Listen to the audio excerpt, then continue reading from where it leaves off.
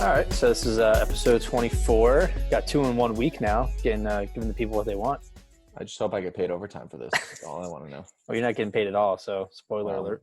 We got to talk to my agent then. But yeah, week 7 recap. We already kind of touched on the Eagles on the last episode, but just want to get your thoughts on Eagles Cowboys coming up Sunday Night Football. What a doozy that'll be with no what's his name? No Andy Dalton. Yeah, well, is he officially out? I didn't hear that. I heard he was in the concussion protocol. But I don't even remember the backup quarterback's name who's going to be playing. DiNucci. Apparently the Eagles are watching his high school and college film to get an idea. Might as well. I mean, what else are you going to watch on the guy? Yeah. I will say, I'm fine with start with this because the thing I wanted to touch on, since we weren't obviously going to get to the Eagles right away, is like this past Sunday, like, because it's always great when you play on Thursday and you win, and then you just sit back and enjoy, do whatever you want because it doesn't matter because you already won. Yeah. They're two teams that I'm like so happy I don't root for, and one of them is the Cowboys. Like, just you get schwacked by the football team. That's the worst part. Is that I got to read these recaps and go into the highlights, and it's all about getting killed by the football team, which is just embarrassing in itself. Kyle Allen, no, not Joe Montana. Kyle Allen torches you. Yeah. Your top 2 receivers, well, 2 of your top 3, CeeDee Lamb and Gallup, don't even get a catch. That's just awful. Zeke did nothing, absolutely nothing. I was feeling so good about my fantasy team, and then Dak's ankle exploded, and now CeeDee Lamb and Zeke are useless to me. So really worrisome. I mean, you could, I guess, you justify it by saying Dalton was knocked out, but listen, they were losing a lot before he got knocked out, and they had that. It's a bad team. Like, their defense is historic bad, and their offense has fallen apart with injuries so much that they're really looking rough. Even though there's a ton of talent still there, they're missing a lot of parts. I mean, I think we had Jalen Smith, and I think Van Der Esch I think Van Der Esch was a bubble, but we had Jalen Smith, our top 10 linebacker, and he's nowhere to be found, I feel like. Their secondary is awful. They don't have a pass rush. They just traded Everson Griffin, so I guess they're ready to give up on the season too. Yeah, I saw that. I mean, I think he has 2.5 sacks in the year. He was kind of quiet. Yeah. Yeah, but you know what? Randy Gregory comes back from this suspension. I think he just got reinstated, or gets reinstated next week or something. So I think they're going to expect him back. Who knows? I mean, your top pass rushers will be Alden Smith and Randy Gregory, and I guarantee both of them have been suspended more than they've played in their actual career. Just need Josh Gordon, and then they have a full. Yeah, I know. Alden Smith is actually impressed this year, so I'll give him that. But you're really, your team still stinks. So that was the one. But the other one, I was like really trying hard because I was like, I need to put at least one dud from this team in there, and I was like, I don't even know who to pick. Like, there's just the whole team's a disaster. McCarthy. Well, not that one. The Cowboys are a mess itself, but dude, if I rooted for the Atlanta Falcons, I couldn't do it. Like, you imagine if you factor in, like, all right, what are we? Week 7, we're done now. So in 7 weeks, they had the Cowboys blown lead, then the onside kick, which we all know about. They had Nicky Foles throw 3 touchdowns to come back on them the week. I think it was the week after or the week before. I think it was back-to-back weeks. Yeah. And then this week, you're just finding ways to lose. Todd Gurley scores a touchdown, which apparently is the worst possible thing that could ever happen. Yep. With like a minute, I think it was like a minute 20 or a minute left, Matt Stafford takes the ball, marches down the field, and scores a touchdown. You lose. Like, oh my God! I couldn't do it. I could not put myself through it anymore. Like, just like, you would never be happy. Like, Todd Gurley scores, and you want to be happy, and you're miserable because I think deep down once he goes in, you're gonna lose. Like, it's just not meant to be. Oh, I just love the headline was like, Falcons lose by scoring the go-ahead touchdown. It's like, how does that even make sense? Well, when you lose the Cowboys like you did, and you let Nick Foles throw 3 touchdowns and blow that lead, you got to get more creative because you've already had your heart broken so many times. And I wanted to put one of them as dud, like I said, but I was like, well, I already put Dan Quinn as the dud, and he got fired, so I guess we'll leave him alone. But I couldn't do it. The team, like, you look at, man, they are in the same realm as the Jaguars, the Jets, like the Giants, but like, they have talent. Like, they have these players that, like, Calvin Ridley still looks great. Julio was great. Matt Ryan's still a good quarterback, and you're just as good as the Jets, pretty much, or the Jaguars, and that's a problem. Yeah, I mean, you could tell Gurley was trying to not he basically fell into the end zone. He was trying to like avoid it, but it's still crazy. I mean, actually going into college a little bit, can't believe that it happened twice in one weekend. You watched that Penn State game? Yeah. Same exact thing as Gurley. He went in and scored. This guy, I mean, he didn't even try to stop. He kind of just ran in. He's like, oh, wait, what the fuck? He like looked at the sideline. But like, I can't believe twice it happened in the same weekend. But yeah, I was thinking that because like, the glory of the Eagles already winning and being in first place. And those two are just, oh man, the Falcons in particular, they're awful. Yeah, I put it on and on my in my kitchen while I was making food, and I was like, oh, the Lions are hardly a team that should be beating you. I mean, Matt Stafford's always going to have firepower to keep them in the game somewhat. So, speaking of that too, I would like also mention that since he's come back from injury, Kenny Galladay looks awesome, and now that Odell is hurt, maybe someone was right about putting him in the top 10 of Odell. So all the heat I got for that one, still looking pretty good. Did I not have Kenny Galladay in my top 10? Yeah, well, I was smart enough to realize that he was going to have a better season than Odell. So, I mean, Odell was doing okay, and then he just tore his. Okay. Well, I see a clear difference in that offense for the Lions ever since Galladay got back. No, yeah, Galladay is a beast. Changed the offense. Yeah. Yeah, those are my two. I mean, we can get to some of the good stuff, but I wanted to start with the bad, mostly because I just can't get over that Falcons loss. But yeah, what were some of your thoughts? I mean, I think Steelers really proved that their defense is legit. Tennessee, give them credit, they came back, but I mean, they held Derrick Henry, arguably one of the best running backs in the league, in check to like 75 yards or something like that. So I mean, I think he started coming on towards the end, but yeah, no, I agree with what you said. They did hold him. I mean, he's an elite player, and Yeah, interesting thought here though is there something in Baker Mayfield's head where he'll play really well, and then the next week he'll play like shit, and then people will call him out in the media and tell him that he's an average, overrated quarterback, and then he like snaps and just has another good game? I feel like it happens every time. Well, it's like that commercial they're doing right now. He's pressure on him. He needs the pressure. Yeah, but I don't know if you got to see it, but that go-ahead score with like 30 seconds or 20 seconds left, whatever it was a beautiful throw. Yeah, no, I did see. Dime that. Yeah. You know what? I kind of something I thought about ever since when I saw or heard about the Odell injury. I think it might help, Baker in the same time in a way. First, all right, hold on. Hear me out. So first off, it's a run-first offense. Take away his best receiver, he's going to be better. I know. But this is a run-first offense. Chubb's out still. But you still have Kareem Hunt. But this is a run-first offense. It's been a run-first offense. Mm-hmm. Odell is probably on the wrong team. He should probably be on a team that, is more about pushing the ball downfield and all that. But, agreed. So be it. He's on the Browns. I feel like with any star wide receiver, there's always pressure to get them the ball. Mm-hmm. And especially on a team that just runs the ball so heavy like Stefanski does and the Browns do, and they do it successfully. I think it's just, at times you can try too hard to even get, your star player the ball. You lose a star player like Odell, it's going to, it will hurt your overall performance, but it might, maybe give Baker a little more, less pressure on him. Like you were saying with the pressure, maybe not less headaches, why isn't Odell getting the ball? We were just hearing about Odell possibly getting traded 2 weeks ago because he wasn't getting enough targets and he wasn't looking great in offense. You lose your top guy, you play a little looser, you don't have to worry about getting Odell the ball. You see we'll see. I mean, I wouldn't be surprised. I think Jarvis is a little gimpy too, though. So I mean, they still got some weapons. They, the Cooper didn't play because he had the appendectomy or gallbladder or something or another. He had the emergency surgery.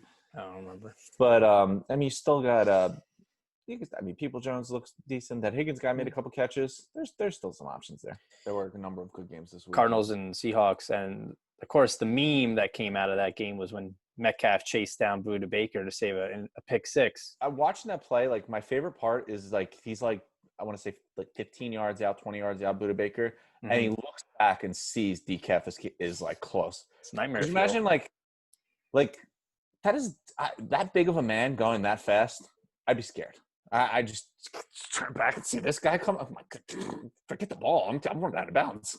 Yeah. I talked about my losers. A couple other teams that I was impressed with. Obviously, I thought the Steelers looked good. You know, they got close at the end because man, I was surprised because they had what was like 27-7 lead up until like the third quarter, and then they were able to make a comeback. 2020 season is proving that you can't let your foot off the gas because these teams are firing to come back, and it's all offense really. So it's a surprise that we have a good defense like the Steelers. No, I know. Chiefs kind of impressed me. I know they didn't play anyone good, but you know the way they did it, they got the pick six, they got the kick return touchdown. I played their defense in fantasy; they had 31 points, so that kind of really boned me. But it's good to see when you're a good team. Like, what can the Chiefs do to impress you against the Broncos? I mean, if I told you, the Chiefs were going to have a final score over 40 points and win, and Mahomes only had 200 yards and like a touchdown, like That's what I mean. If I told you the score, you're not surprised. Yeah, but the way you won, like that's when you're a good team, you're an elite team like that. You gotta just going out there and just winning with Mahomes throwing 4 touchdowns like he normally does isn't gonna excite you. Seeing other players, other aspects of your game, then that makes you excited.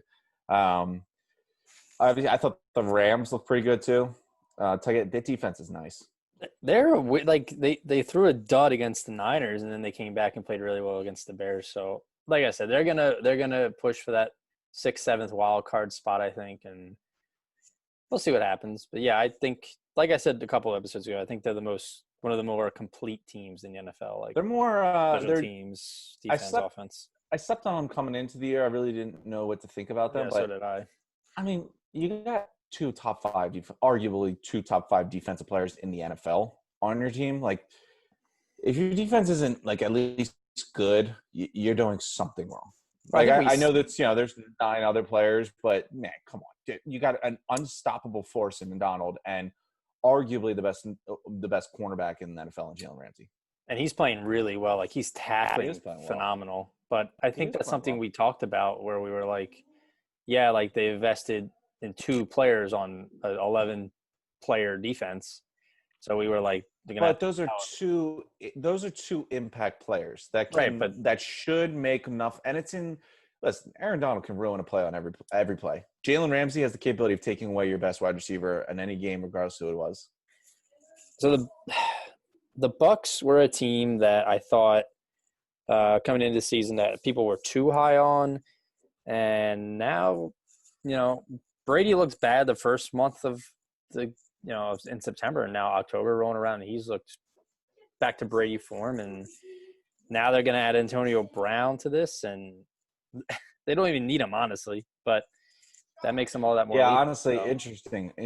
I get it. He's the best. I mean, he was the best wide receiver in football when he's on, but I just don't like bringing like volatile guys like that into a locker room when you're winning. Like when everything's going well, like you said, do you really actually need him? Like, I know if he comes back and he's Antonio Brown, then every team in this league would you could say need him. But when you're doing good, like they're playing really well right now. Tom Brady looks great. It's not like you're devoid of weapons. Like there's plenty of weapons on this team. I just feel like you're risking a lot because this guy could go nuts and ruin your whole season. Like he has full capability of ruining your whole season if he wants to. Yeah, and I mean, then I just saw today the Ravens signed Des Bryant. So, but see, that's a different sign. That's one to their practice squad. So you don't. That's a different sign though, because Des isn't going to ruin your season. Yeah, I'd be stunned if he suited up for you. Antonio Brown, I think, as soon as he's cleared from the COVID and the suspension and everything, is probably playing, and you're throwing him right into your team. Like if he's good, then you know what, this is going to be a really unstoppable offense. Plus, your defense is playing pretty well too now. Yeah, listen, if he's great, then then who cares what happened before? But it's a risky move. Like you're talking about the biggest locker room distraction in like the last decade. Yeah. Speaking of moves, so trade deadline is November 3rd. That's next week. Do you think any big name like J.J. Watt or a quarterback or anything is going to get dealt? Mm-hmm. I see a lot of J.J. Watts like the Saints, but I just don't see Houston just giving him away. So he's on a huge contract. Yeah. He's constantly hurt. Like, what do you want? What do you want for JJ Watt? That's Like, what I'm I mean, saying.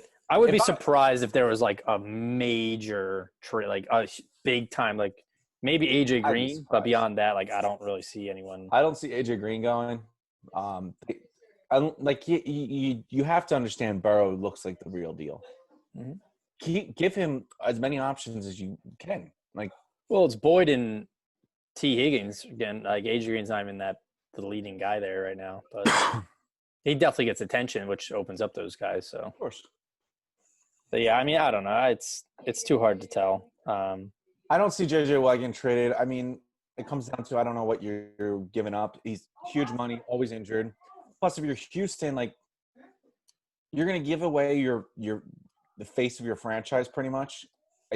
This a year after you did with DeAndre Hopkins for nothing. You're not going to get anything for JJ Watt in the middle of the season. Yeah. No one is going to give you more than like a conditional pick, unless you're paying a shit ton of money. Like unless you're agreeing to take on the rest of his contract, then yeah, you might be able to get something from someone. But I'd be surprised. I don't really see anyone moving. I mean, Everson Griffin got traded, so maybe the Cowboys decide it's time to just hit reset. I don't know who they're really going to trade from that team. Maybe, I mean, we mentioned Aldon Smith. Maybe Yeah. someone wants him because he looks like he still got it, or he's at least capable. Everyone wants pass rushers, Mm-hmm. but I mean, I don't know. That's a tough sell. The Cowboys are also a game away from first place now too in our division. So it's also tough to say that they're going to sell when they're this close to winning the division. If they beat say Sunday against the Eagles, they'll be, I believe, in first place. So I don't know. I don't really see any big moves happening. I can't really think of anyone. The only team that I could think of that maybe would be interested in selling some pieces off would be the Falcons. That's a team with a lot of bloated Yeah. contracts, a lot of established players, and that is going nowhere fast. Like they need to blow that whole thing up. Yep. Yeah, it'll It's be interesting, but we'll see what happens. Especially because it's different with like all the COVID regulations and traveling stuff. So who yeah, knows? exactly. I mean, we've seen some deals. Yannick got traded. That didn't make Yeah. any sense to me, but Yeah, I don't. I think great move. I mean, great move for the Ravens. The Ravens defense is going to be really nice. You know what? they're The nasty. Ravens, They Ravens reunited defense, Yannick and what's his name? Calais Campbell. Calais Campbell from the Well, Jags. yeah, Yannick's the Maryland guy. As I read more insight, because I remember as soon as I heard it, I texted you. I was like, why would you do this? Because they gave their I want to say they Contract, I gave think. up. Yeah, but they gave up like a second round pick and like a fifth round pick to get him. Yeah. Did you not negotiate with him or talk to his agent before you agreed to give up a second round and a fifth round pick that you would be able to hammer out a deal to keep him there? Or was that just not on your cards? And then, I mean, I get it. They came out and sucked this year, and their season's really starting to fall apart. But at the same time, you didn't get the value you gave up for him. You got a third, and I'm going to say a fifth. So you basically swapped the second for a third for what? A 6-game rental you want 1 in 5 in? Yeah, not a great move. Like, unless this guy, I don't know, unless he just said, fuck the Vikings, I'm not signing with you, then why would you have made the trade in the first place? Like, you should have been able to have a contract in place before you brought him in. But listen, I don't know. But the Ravens defense, I'll tell you this right now, if the Ravens go into something big, that defense is going to carry them. I have a lot of worries with Lamar in that offense. They still can't pass. And I don't know. I know they beat the Eagles pretty soundly, but they did not look good. A lot of penalties, drops. Outside of that Lamar touchdown run, they were really unexplosive. Their defense is elite. I mean, watching the game, I was disappointed with the offense, but I was very impressed with defense. Bringing in Yannick, that defense is probably good enough to carry them to at least the Super Bowl. But we'll see. I mean, they did go to the Chiefs. I think having a good defense will help, but until they can actually compete with the Chiefs, I'll believe it. But I definitely think their defense makes them scary. All right. Yeah, I agree. We just have to see how Lamar does in the playoffs because so far he's 0-2 and has played poorly in both games. Very true. So you want to get into your studs and duds? Yeah, we could do that. Unless you had other games. I mean, I don't want to go too much in the games because I'll go into them on some of the duds and studs. But yeah, no, I think that's good. We can move on. Let's do the studs first this time. Oh, you want the good stuff? Good stuff. Give me the good stuff. All right, good stuff. All right, well, starting out with one that We've talked about a lot. Me in particular have talked about a lot. Young guy who's really looking great. He's excelled pretty much since he's took over the job. Got a big win, impressive win, put up good numbers. Wasn't against the best team, but to be fair, I don't really think his team's that great. So to win is a good win for them anyway. Do it. You know what? To do it, and this is what's really going to make him look like a good player going forward. Is he's dual threat. I mean, I'm not saying he's Lamar Jackson or Kyler Murray, but probably more in that Josh Allen range. Had 9 carries for 6 yards and a touchdown. Went 27-43, 347, and 3 touchdowns. Mm-hmm. Overall, a very impressive game. I mean, the last 2 touchdowns was a 5-yard run from him and a 70-yard, pass from him as well. So they put up 39 points. Young guy, been talking about a lot. I'm going with Justin Herbert as my third stud. Yeah, he's one of the. Great. I was assuming you were going to talk about him, so I was going to say he's given. I mean, so far I would probably say Joe Burrow is looking to be Rookie of the Year, but I think he's giving him a run for his money. I mean, Joe Burrow obviously is, I won't say not like an advantage, but like I feel like he's expected because he was the number 1 overall pick, and I feel like going in, it was kind of his lead, and other players had to catch up to him. Mm. I would not be surprised at all if Justin Herbert was able to pull out a Rookie of the Year. I think the Chargers, man, I think he's the real deal, and I think they're building something. Obviously, the defense is not what it could be because Derwin James is out. Yeah. But I've been actually extremely impressed with how Ingram and Bosa have played. I think Bosa's been really good. That defensive pressure has been every time I watch them, they're constantly getting pressure on every quarterback. I think they just need a little bit more talent around them, and obviously, they have talent. They're just hurt. Mm-hmm. But Keenan Allen's a stud number 1 receiver. I like Mike Williams a lot. If you could put more into the offensive line, I think that you got a good future ahead of them. I love Herbert though. I would be extremely excited if I were the Chargers. He's exceeded every expectation I possibly had for him. I agree. I mean, I think it sucks for Tyrod because whatever you think about him as a quarterback, it was still his job and he lost it because of a dumb injury. But yeah, I mean, the plan was probably for Herbert to start at some point. So Ryan Fitzpatrick went 2-0 his last 2 weeks and threw like 6 touchdowns or whatever it was in the last 2 games, and then he got benched, and that was about 4 weeks too late. Yeah. Ryan Fitzpatrick and Tyrod Taylor both knew they would not be starting by week 17. They were not going to make the whole season. Tyrod, was it going to be?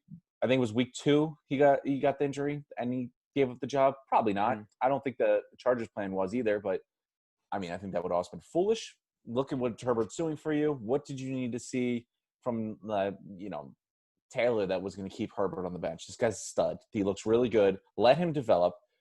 This was an impressive win. I know it was against the Jaguars. You wanted to impress the team, but you scored 39 points. You scored at the end. I think they had the last 2 touchdowns of the game. That's impressive. That's what you want to see. You want to see your young quarterback finish a game. And I was impressed with him. I've been impressed with him all season. I'm excited to see what Tua does. And I think Miami should be too. Seeing Herbert, this is what you've had, and you just refused to put him out there. But I'm glad they finally did, and we can see what he's got. Yeah, I mean, we'll see. I mean, granted, they beat the Jaguars, who are struggling, and exactly on the winning side. But you can't criticize when bad teams beat bad teams. The Chargers aren't a good team. Don't get me wrong. I know I'm talking them all, but they're not really a good team. Their offensive line isn't good at all. Justin Herbert's still a rookie. I know I'm hyping him up, but he's a rookie still. Their defense is clearly missing Derwin James a lot. Bosa and Ingram look good, but there's holes in that defense outside of that. They need to get some offensive line help too if they're serious. I think Burrow's on a worse team though. I think Herbert is on a better team, so it helps him a little bit. Of course, Burrow was also drafted number 1 overall, so his team was worse going into it. I mean, he's not. I mean, Herbert was like 6 or 7. It's not like he's a slouch. I mean, yeah, no. Listen, you were the one that was taking away their win against the Jaguars. I was telling you, it was a bad team that beat a bad team. You can't criticize a bad team when they beat a bad team. If it was a good team that beat a bad team, sure, maybe I'd hear you. But this is a bad team versus a bad team. They're, give it to them. Yada yada yada. All right, who's the number 2 stud? All right, so this is actually a good little transition. Oh, God. So it's a player of the same position as Justin Herbert. Okay. I want to say about 20 years more experience. He may have been even playing when Justin Herbert was born. I'd have to fact check that one, but it'd be pretty close. Let's put it that way. I think he's 20 years older if I know who you're talking about. Yeah, really came out and, I swear this guy just lives for the moments where everyone counts him out and says he's old and washed up and no good, and then just comes out and lights up whoever is his poor victim that week. Sounds about Just right. absolutely decimated a team that I think we were pretty high on, a team that we were impressed by recently, and the Raiders. I think they've been playing pretty good this season. I was gonna say even though what happened in that game, I still think they're gonna still push for that last wild card spot in the AFC. But Sure, no, listen, I don't think it was Raiders are a bad team. This wasn't much as against the Raiders. I mean, their defense is definitely not. I mean, Aguilar's balling out there. Couldn't do that with I the hate Eagles. that. I watched that. Oh my god, I watched that and I was Three straight touchdowns. I Three know. straight games with a touchdown. Trust me, I told you. I watched the game highlights of the full game, and I was like, I can't believe this. It's just all Nelson Aguilar. It's just nonstop. I was like, what is this? Yeah, But so he went 33, 45, 369, and 4 touchdowns. He put his middle finger up to Father Time once more, and all the people that said he's washed up. We mentioned he's about to get a very volatile, an interesting character. Lunatic of a wide receiver. But when he's on, he's the best wide receiver in football. So we'll see what happens. But we're going with Tom Terrific as the second stud. You got to get the guy that came out bald. He just played. Like, they really didn't run the ball much. I think Fournette was their leading carry with 11 carries and 50 yards. Like, when you put up 45 points and your leading carry has 11 carries for 50 yards, like, you just know the quarterback just torched whatever poor secondary attempted to stop him. And that's exactly what happened. And Brady gave you one of his classic games. Not much else you can say about the guy. You already know he's awesome. But I got to give him props. He looked great. But, yeah. I'm going with Tom Brady. Yeah, I don't have much to add. I think look, Brady in my eyes, and unless you're an idiot, in most people's eyes, greatest quarterback of all time to ever play the game. But I thought, I was one of those critics, not washed up, but I didn't think he was top 5 elite quarterback, whatever. But he's been getting better every game, so well-deserved stud for the week. Getting more comfortable with the system. Yeah, as with most players so far this year. I mean, I was one of the people hesitant. I didn't think the Arians offense and Brady were going to work that well. I just didn't think Brady wanted to hold the ball that long. There has absolutely been an adapted offense. This isn't just a straight Arians playbook. I think that's actually why you're seeing Gronk more, because I think it's what Tom knows and he's used to. And, after the early struggles, he needed to, find a way to correct his mistakes and go to the guy that you've thrown more touchdowns to than anyone else. I think they just passed Jerry Rice and Joe Montana for most touchdowns by a wide receiver or, skill player to and quarterback for second all-time on the list. Like, he just knows Gronk. I know Gronk was there to block, and there was a lot of mouse feed, but Brady knows Gronk. And I think that when the struggles started happening, I wasn't surprised to see him go back to his favorite target. And I think it gives him that safety net. Like, Arians' offense, I'm sure, has plenty of plays where everyone's running down the field and Brady's got to find one, but he's not going to take those hits. So I think he's starting to look for the safety net, and I wouldn't be surprised to see more Gronk going forward. Yeah, like you said, Gronk is starting to come into fold, especially with the other tight end out, O.J. Howard. So Gronk's going to be called on to do more, and then Anthony Brown. It's going to be interesting. I'm curious to see how much he actually plays in the next few weeks, but we'll see. Yeah, I mean, last thing on Tony Brown. Like, I didn't mind him going to the Ravens because I felt like that made sense. Him, I feel like they needed him more. His cousin's on the team with Hollywood Brown. I know apparently him and Brady, I guess, are boys because I guess Brady made the call to get him. And I know they're a week in New England, but you would think maybe having his cousin there would have, helped bring out the sanity in him. But I know he mentioned his mom lives in the Tampa area, so maybe that'll help too. But yeah, that one made more sense to me. But he's a Buck, so what are you gonna do? Yeah.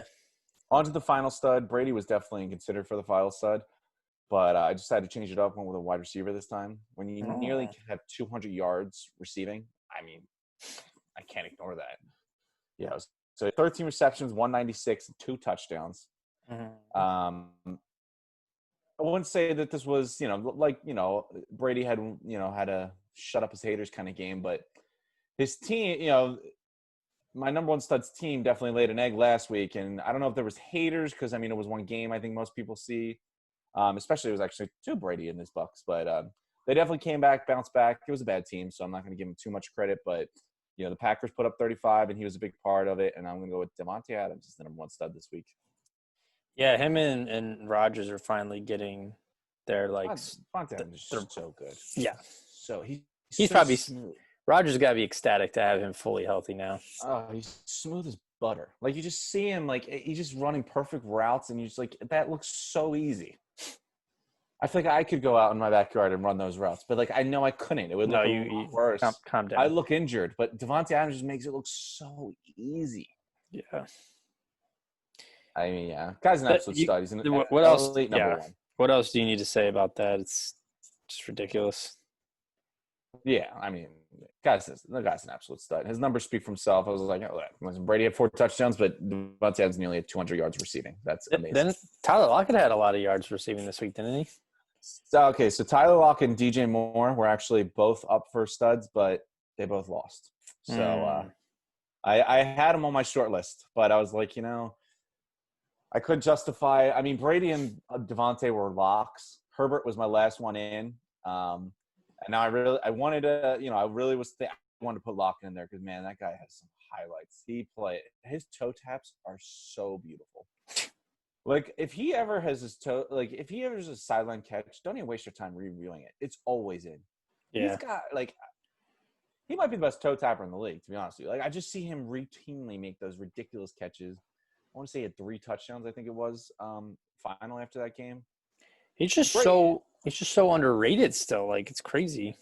His chemistry with Russell Wilson is just ridiculous. Oh, yeah.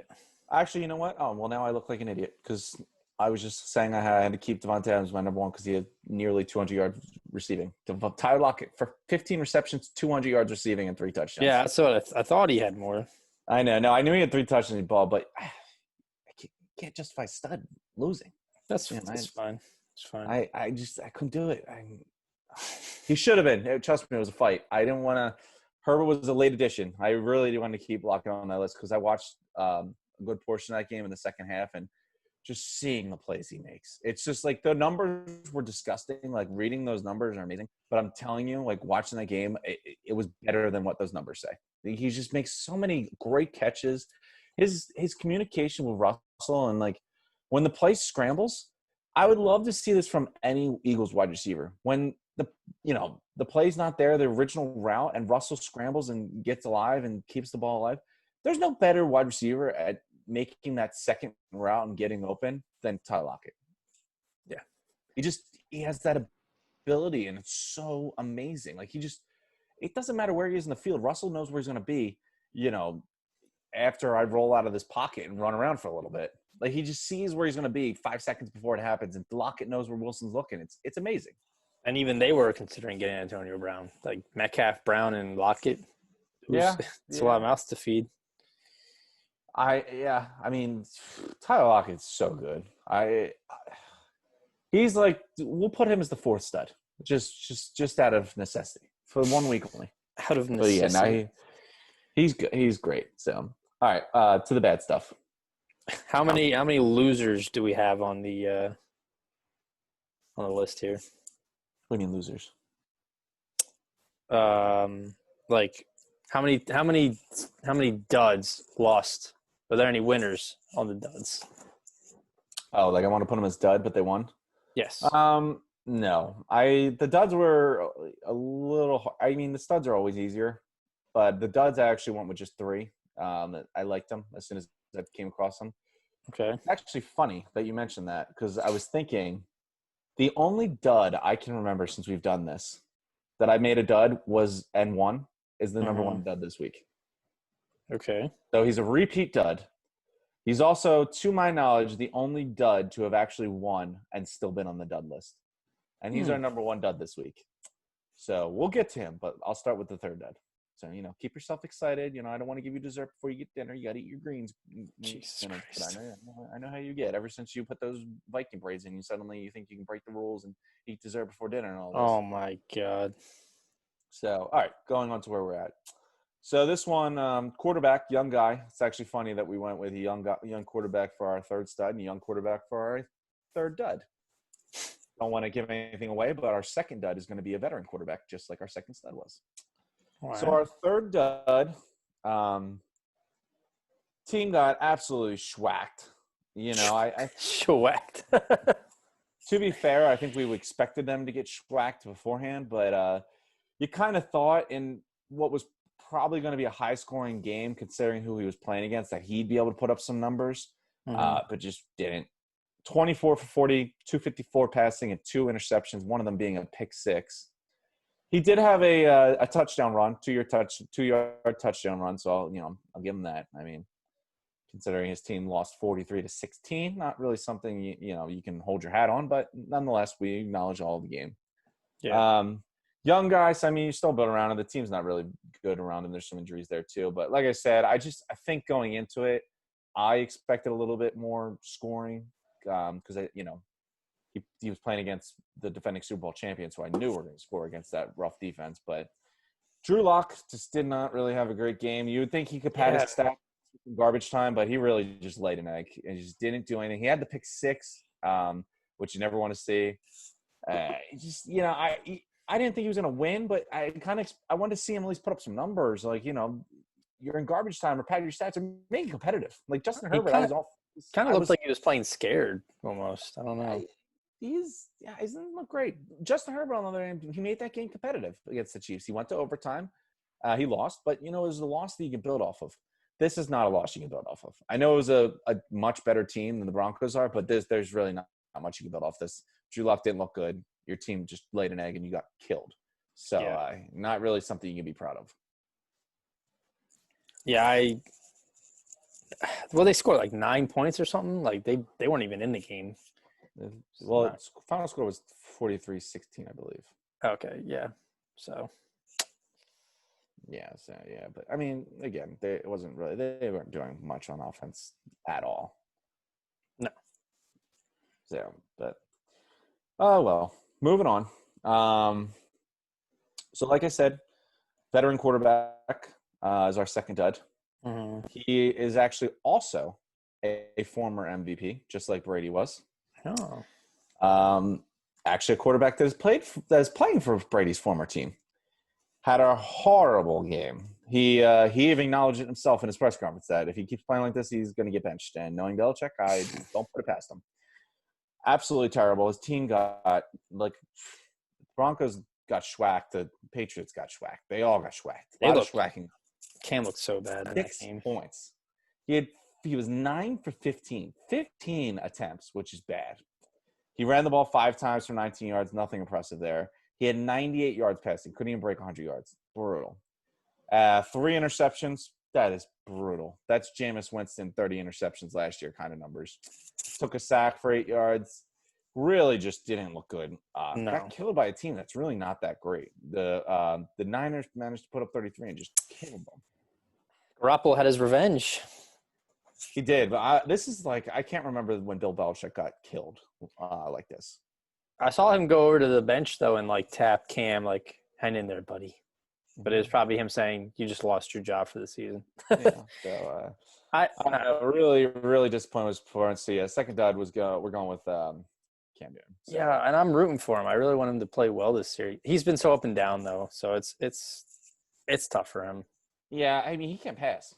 It's just blatantly obvious he can't throw the ball. He's just not accurate. He's not very good. They're just gonna have to run it. They're just gonna have to run all year. And that's the only way you're gonna use it. I don't know how long Cam's gonna hold up doing that, but if you want to move the ball and score some points, I don't see you doing that passing the ball. Yeah. So yeah, really, really disgusting performance out of Cameron Newton. He would have been, trust me, he would have been a number 1 dud any other week. But this guy, and just an absolute brutal, just a play moment, whatever you want to call it, in a huge game, massive game. Your team was down 27-7 at its highest. They managed to fight all the way back to get it by 3. You have a perfect opportunity to send this game into overtime and tie it. 19 seconds left, 45-yard field goal. This isn't a 55-yard bomb that we're trying to get you to make here. Mind you, this is the same guy who missed 4 field goals at an extra point. I think it was week 1. That was when he was my dud. He somehow managed to kick the game-winning field goal there. But if you're a kicker who makes the duds, twice in 2 weeks, God, that number one spot is reserved for your name. I think the moment too, the fact that your team fought back in a game of the undefeateds, like you had two teams 5-0, two teams that you could definitely make an argument are going to see each other later on in the playoffs. Mm-hmm. And just what this would have done for your season, like if the Titans were 6-0 right now and just beat the Steelers and came back down by 20 points, oh, that's huge. That's all the momentum you could dream of. But to come back by 20 points, get the ball in the field goal range. This wasn't a field goal that we were kicking at the last second we had to, and it was nowhere near where he should have been able to make it. This was an easy one. This is a veteran kicker who's won Super Bowls, who's been very good. But honestly, if I were the Titans, I'm looking at new kickers. I'm done with this experiment. I know they were the worst kicking. They had the worst field goal kickers last year. The Titans. Mm-hmm. I don't like. You're an elite team. You're a team that can make some noise. You cannot be dealing with this. You can't have these problems. You won the first game when you played awful and you missed all those field goals an extra point. You got lucky. This one, you're not going to win. You're like, that's a problem that you got to worry about. And it's unexcusable. You can't excuse it at all. It kills all the momentum. It's brutal. So Stephen Gostkowski is my number one dud of the week. I don't know what happened to him. He was so good for so many years in New England. Then now he's missed 6 field goals in 7 games. If I'm the Titans, unprecedented. I'm bringing it. There's new kickers kicking in my facility this week. Easy. I don't understand it at all. You can't, like, you're a good team. You have high hopes. You can't let this guy kill you at the end of the year. And he's shown you no confidence in him not doing that. Yeah, I know. It's sad, but it's what it is right now. I mean, what do you wait for? Like, I know it's a tough decision because I know he's got the name. I know he's got the rings. I know he's got the success and everything. But through week 7, are you confident in this guy kicking a field goal to win the game for you? I'm not. Yeah, I don't know about putting it at number 1. Well, actually, you know what? He could have tied the game. So yeah, I would put it at number 1. Absolutely, it's number 1. Your team came back from 20 points against a 5-0 team. 5-0 versus 5-0. This is battle of undefeated. These are two top teams. This would get you the number 1 seed in the AFC. You'd be the number 1 seed. I believe. Well, you'd be the best team in football. There is no other undefeated teams. You'd be the best team in football right now. But your kicker missed a 55-yard field goal with 19 seconds left to tie the game. Now, who knows? Now, that was to tie the game. I won't say it was a win. Yeah. So maybe they lose anyway. But in that moment, your biggest game of the season yet, and your team came back from 20 points. Like, if you come back from 20 points we were just saying how good the Steelers defense was. Like, the number 1 defense in the league, and you win that game. And with all the momentum you would have going into overtime, I would fully expect them to win that game.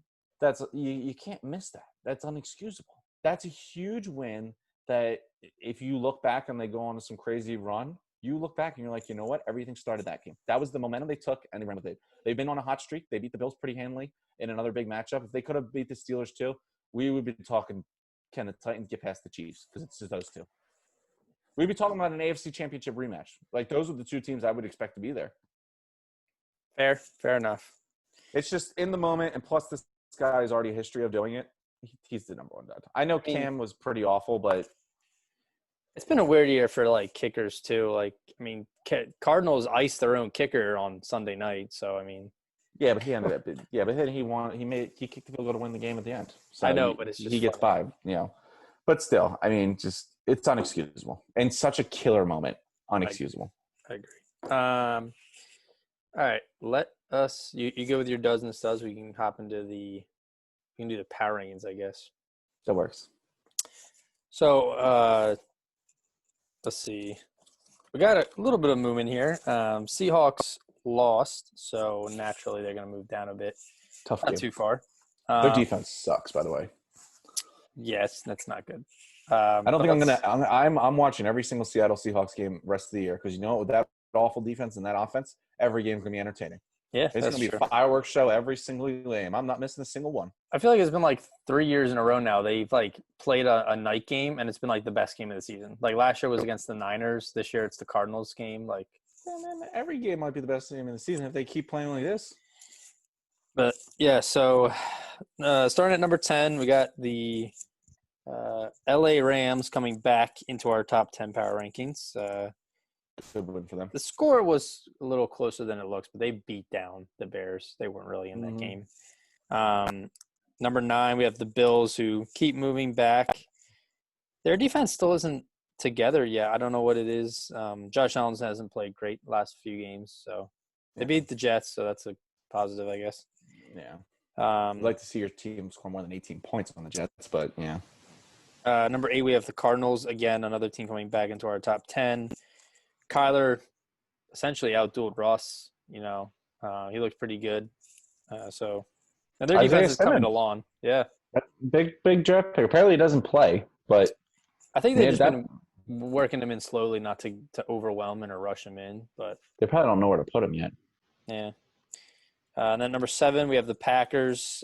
This is a team that I still could see moving up and down, like more up, depending on when teams lose, because I still think Rodgers is – I mean, he showed you said Devontae Adams had almost 200 yards. He's cooking, so yeah, that'll be good. Then number 6, the Titans, who lost on a brutal missed field goal. I mean, they would have tied, gone to overtime, but still.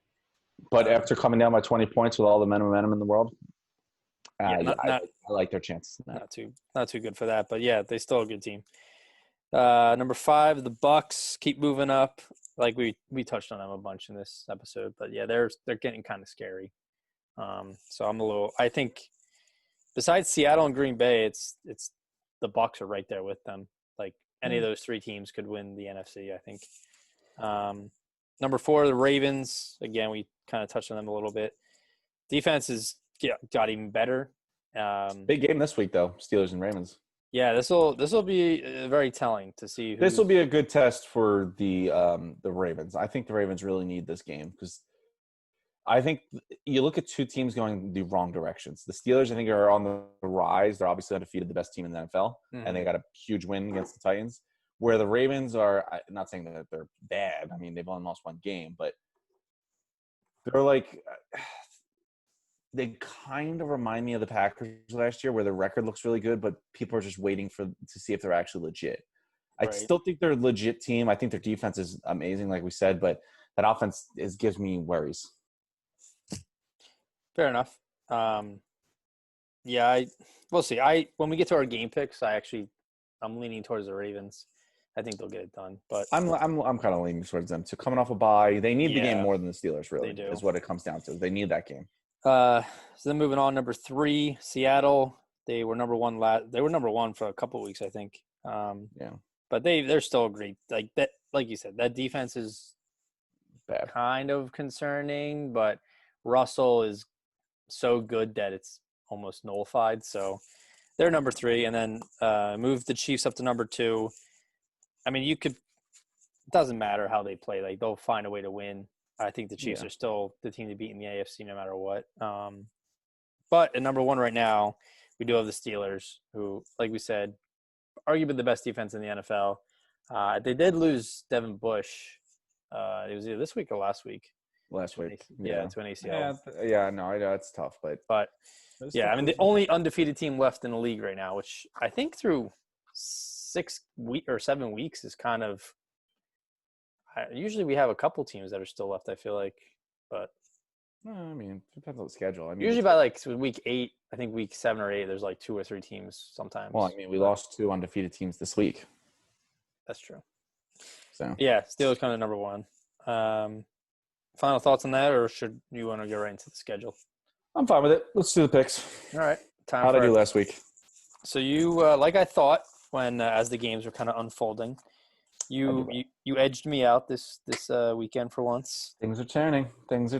We'll see. You went 11-3, very respectable. I went 9-5, still solid. All right, gained 2 games on you. About time the good guys got to win everyone. This week. Okay. So you're sitting at 69, great number, and 37. There, Paul. And I'm 77-29. So yeah, I got a 8-game lead on you. 8 games, okay. Yeah. Yeah, I'll have to bump it up now. But first game we got a doozy. Thursday Night Football, 1-6 Falcons at the 3-4 Panthers. And honestly, the Panthers they're a decent. They'll probably go like 8-8 this year. I just said that I would kill myself if I was an Atlanta Falcons fan. So there's absolutely no way I'm picking the Falcons. I'm picking the Panthers. I think I didn't even need to hear who they were playing against. I see this team lose in creative ways every week. It's not even that they're losing. It's just at this point is we know they're going to lose, but what heartbreaking way are they going to choose to lose this week? So I will say we don't condone any form of suicide, but please, Falcons fans, stay safe out there. Jeez, yeah, I know it's awful, man.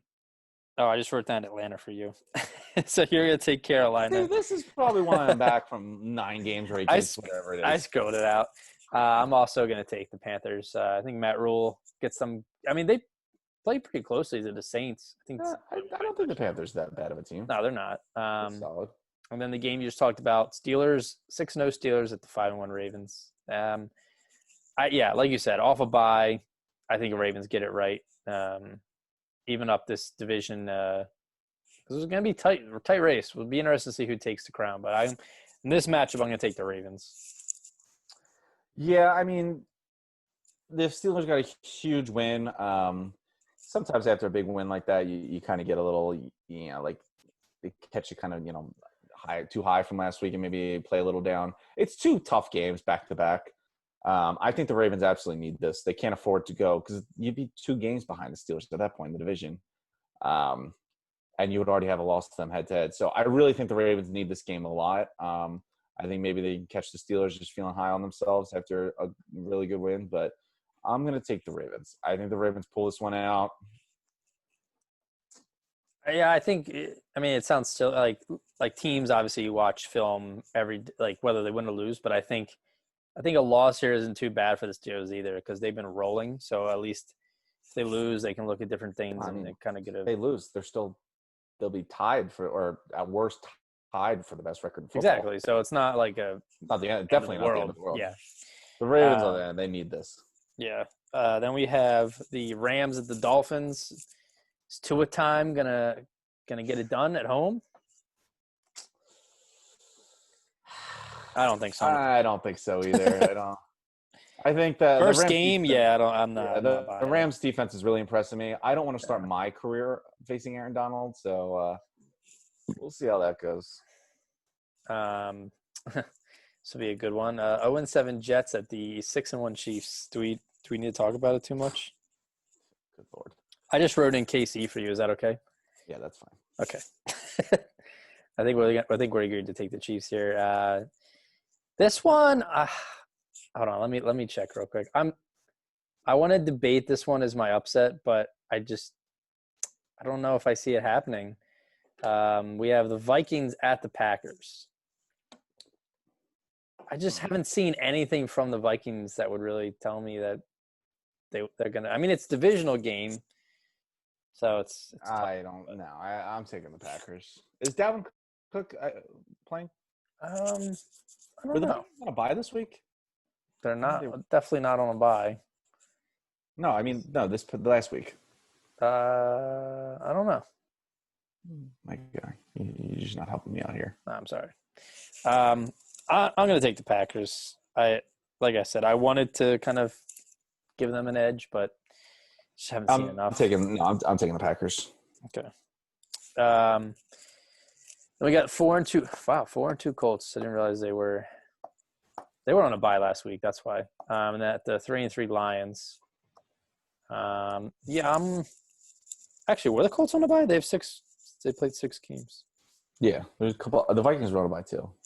I don't know. I'm confused. I guess the Lions already had their bye too then because they only have 6 games. But yeah, they were on the first one week 4, I believe, or week 5. Yeah. I don't know. The Lions carry over that momentum from the Falcons?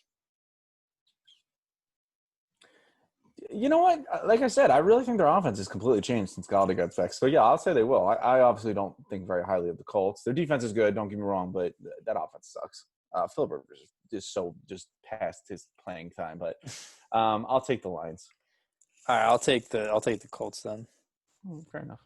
Had to have at least one difference. Let's see. Well, when it's the Jets versus the Chiefs and, the Falcons versus the Panthers, it's tough to differentiate on that. Raiders 3-3 Raiders at the 5-2 Browns. This is a sneaky good game. Mm. You know what? I'm feeling the Vegas. I'm feeling the odds. Let's go with the Raiders here. I was gonna say that too, actually. Hey man, you can still pick whoever you want. You know what? No, I just said that I think Baker will look a little bit better without having the pressure of Odell on the offense, and they just run the ball and you see it the young guys. I mean, listen, Tom Brady put up 4 touchdowns and 45 points. Let's see what the Browns can do. I don't think they're going to put up that, but the Raiders defense is definitely suspect, so I'll take the Browns. Okay. 5-1 Titans at the 1-5-1 Bengals. I think Titans rebound. I think the Bengals will put up. I think it'll be a close game. Bengals have been playing really well, honestly. It's just they can't stay in these games because their defense is so porous. But I'm going to take the Titans. I'll take the Titans too. I can't really reasonably expect the Bengals to beat the Titans. This is another game I'm having a little trouble with deciding on. 2-4 Patriots at the 5-2 Bills. I just can't I can't see the Patriots losing 3 straight. It would be 3 straight games, wouldn't it be? That's not good. Yeah, it would. Yeah, I don't like choosing any of the AFC's teams over Belichick besides Miami once a year. Yeah. But man, yeah, that was a bad performance by them, and I really just don't think they could score the ball. I'll take the Bills. Yeah, I'm just thinking at they lost a lot of players because of COVID opt-outs on the defensive side, and the defense has been fine, I guess. But last week, they proved that some of the better teams on offense are going to get after them. So I think the Bills have a nice showing here, play a strong game. So I'll take Buffalo. Next, we have 2-4 Chargers, 2-4 Broncos. I think what you were saying about oh yeah, I'm going my boy Herbert. Yeah, Herbert, I think he wins this duel with Drew Lock. So I'm going to give the Chargers. They'll get a 2-game win streak, so that'll be good for them. Something to be proud of. Next we have 4-3 49ers at the 5-1 Seahawks. Now, Garoppolo's seemingly healthy, so they played a lot better. But Seahawks going to lose 2 straight? I don't know. I don't see that happening. No, so I'm taking Seattle. Oh, you know what? I'll have that game on from kickoff to the end now. Seahawks are just money. If their games keep like this for the rest of the year, they should be nominated for an Emmy. Just 4:25 Fox kickoff. It's probably the game of the week. I'm for that. Listen, give me more of that awful Seahawks defense and Russell Wilson, DK Metcalf, and Tyler Lockett. Let's see. 4-2 Saints at the 5-2 Chicago Bears. Yeah, I'm not. I didn't see much from Big Dick Nick, so I'm gonna go with the Saints. Yeah, I mean, Mike Thomas is playing because he decided to screw me over in fantasy, and now I lost OBJ. So I'm hurting, and McCaffrey's back, so Mike Davis is going to be not an important player anymore. I'm hurting. So yeah, your team sucks. Your team's just, I mean, I'm 5-2, but sure, whatever you say.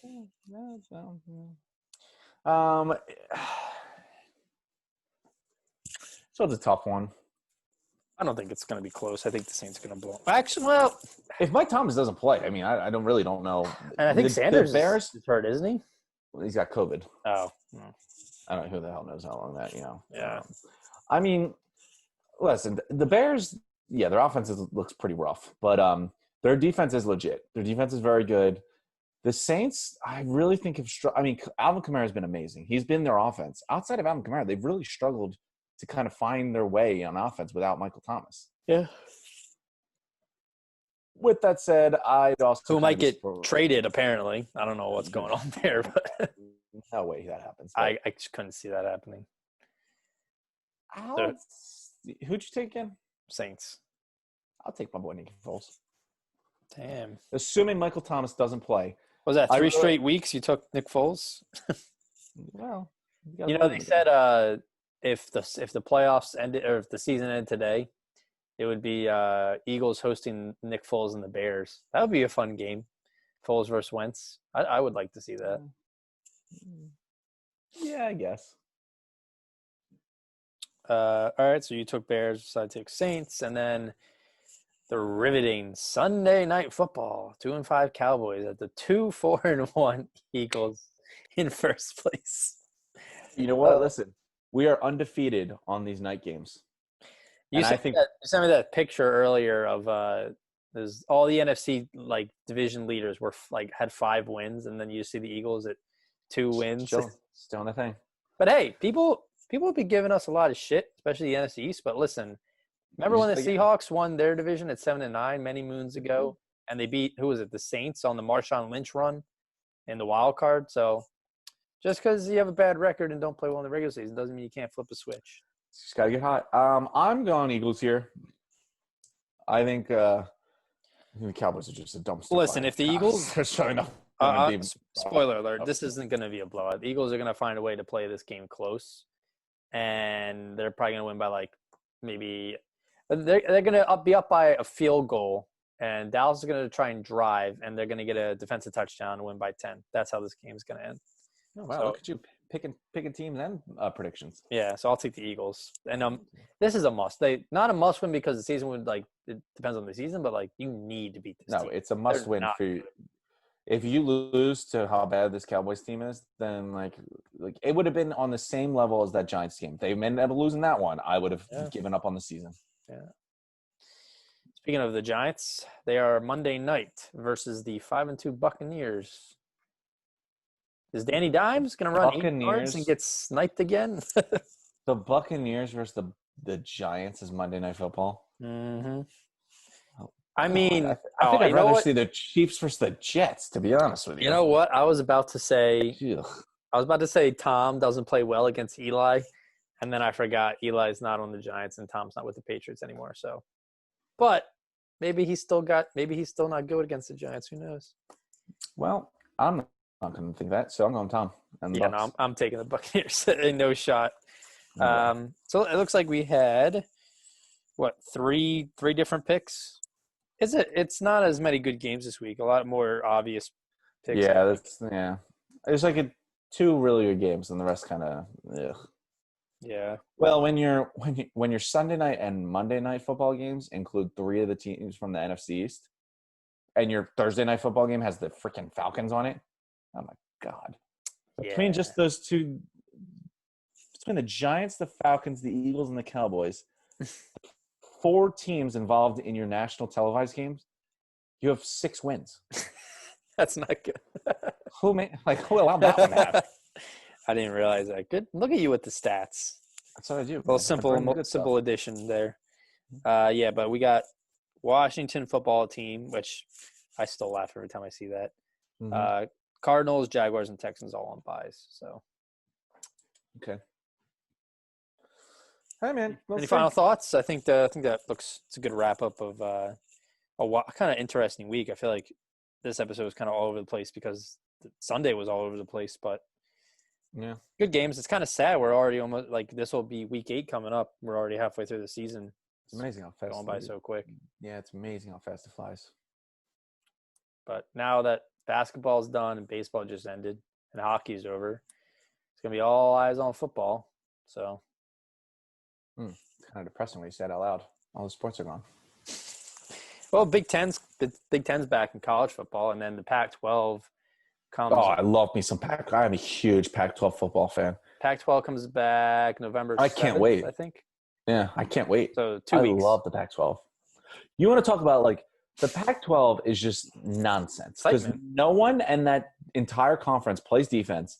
They're all offensive minded, and the best thing. I love, if I work late, they're usually still playing. There's maybe an overtime game that goes to 2 o'clock in the morning. Or if you're just out partying or whatever, I love they're on late, and I love that there's fireworks and entertainment, no defense. Oh, it's great. Big fan of Pac-12. Love to see it back. Yeah, I was just talking to a guy who works for USC, and he was just saying how they're, pretty excited and things are starting to ramp up. So it's good to see college football. I think this is already the most college football I've watched through this point. Oh yeah, I'm usually more of an NFL solely guy, and then the past even last year I started watching more college football. Surprisingly, I've watched 3 of Virginia Tech's games. I don't know how that's possible because it's such a random team to get on your TV, but yeah, it's been good to see. I'm just trying to absorb as much as I can before it all goes away in February. So not wrong. It's every year, right? Yeah. All right. Well, this was fun. Yeah. We'll look forward to. I guess I'll have to tune in on Thursday to see what happens in that game. But after that, I will be on that game. I'm off Thursday this week, so there you go. Yeah. you know what? The Falcons are like they're just a car crash. Yeah, I can't help but watch their games because it's just like You never know. how are they going to lose? You Like never it's know. amazing. Like most of these games they lose, they're winning at one point, and usually by a lot, and usually late in the game, and they just still find a way to lose. So just for the entertainment and the comedy of it all, I will have the Falcons tuned in and ready to go. Any final thoughts? Eagles Cowboys Sunday night. You scared at all? Any Eagles game has me worried. It's just part of being a Philly fan. Yeah, I mean, listen, would I be surprised if they lost? No. Would I be surprised if they blew them out? No. So it's all on the table. We'll see what happens. Cowboys just look really bad. Like they just don't care. They don't the Cowboys care. like they have. I mean, you could say they're just as injured as we are at this point. They're missing their entire. Well, they're missing. I mean, they're definitely hurting, but I don't think 11 starters on the team. Yeah, I mean, they're missing their whole offensive line, and then your quarterback broke his ankle. But yeah. I mean, you'd like to see them be able to do something. Rager's practicing, so he might play. I think they'll probably keep him out, but you never know. Yeah, I mean, we'll see. The Cowboys are a rough team. But listen, there's talent there. Amari Cooper is still there. Zeke is still there. CeeDee Lamb has looked awesome all year. Gallup is, still solid number 2. But I'm fully expecting them to win. So, all right. Sounds good. I'll catch you later then. All right. Talk to you later. All right. Peace out.